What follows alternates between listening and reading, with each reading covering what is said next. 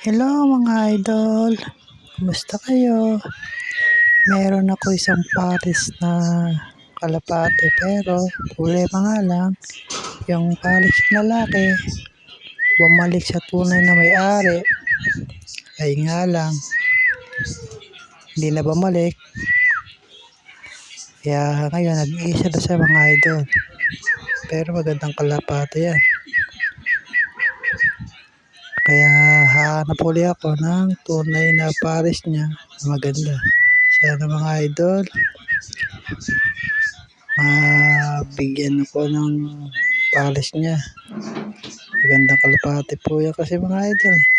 Kawawa naman walang pares. Hindi na bumalik sa kanya. Inagis ko lang, bumalik sa tunay na may-ari.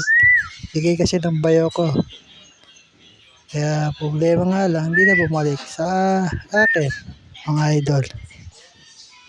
Kaya mga idol, maraming salamat sa panonood. Thank you mga idol. God bless. Ingat po kayo palagi.